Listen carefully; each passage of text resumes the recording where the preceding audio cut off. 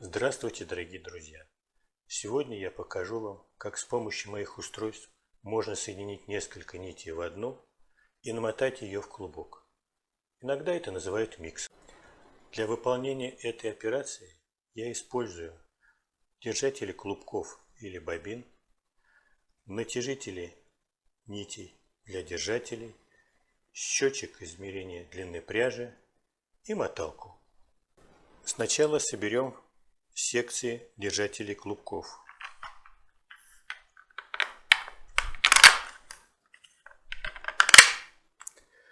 Потом подстыкуем к ним натяжители нити.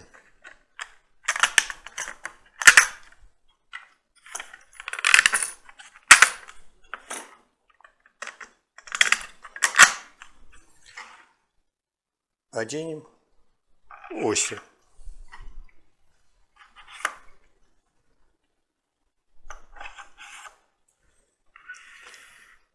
Устройство готово. Для микса я выбрал 3 вида пряжи. 2 клубка и 1 бобина. Одеваю первый клубок на держатель клубков, второй клубок на держатель клубков и бобину с помощью вставки для бобин.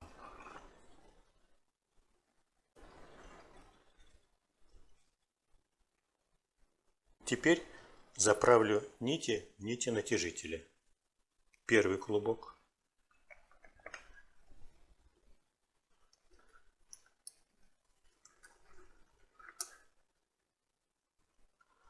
второй клубок,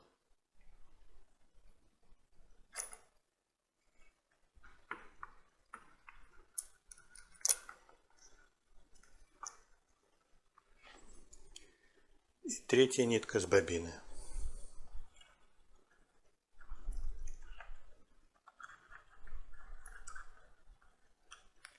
Нити заправлены. Теперь нужно отрегулировать натяжение нитей.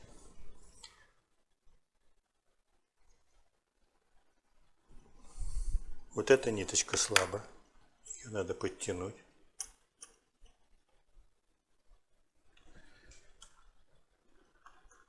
Это хорошо. Натяжение нитей примерно одинаковое. Конечно, чем точнее выставлено натяжение нитей, в смысле равенства усилий, тем лучше. Готово. Теперь устанавливаю счетчик длины пряжи. Заправляю все 3 нити в счетчик.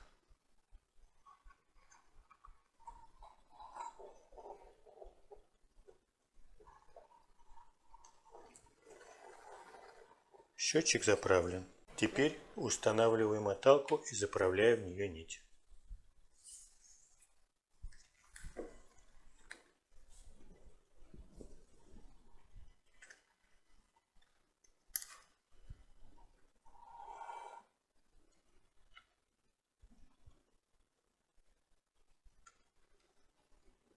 Готово. Теперь собрана вся система намотки. Держатели клубков и бобин, натяжители нити к держателям, счетчик длины пряжи и моталка со своим регулятором натяжения. Сейчас собрана вся система и можно начать мотать. Но перед этим я хотел бы обратить ваше внимание на то, что в миксе не должно быть провисов. Собственно, и главной целью нашей перемотки сейчас является то, чтобы сделать клубок, чтобы сделать микс без провисов. Эта цель достигается тем, что в каждой нити стоит отдельный натяжитель. Как раз и он-то ликвидирует провисы, которые могут быть до него. Я начинаю мотать.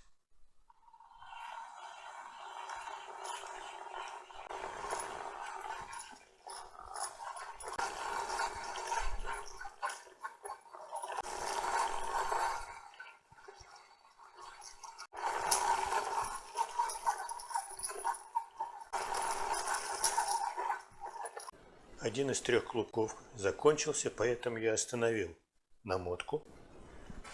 Сейчас я обрежу микс. Могу снять клубок.